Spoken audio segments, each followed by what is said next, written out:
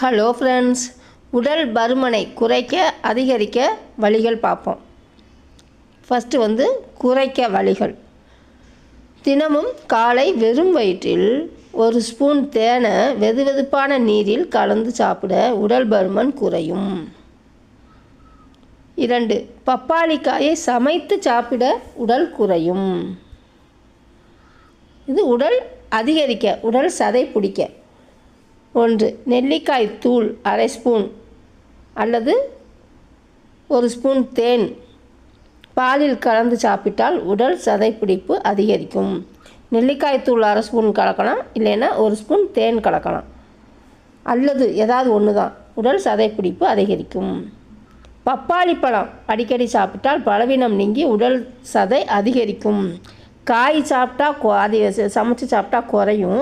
பப்பாளி பழம் சாப்பிட்டா உடல் சதை அதிகரிக்கும். பாய்.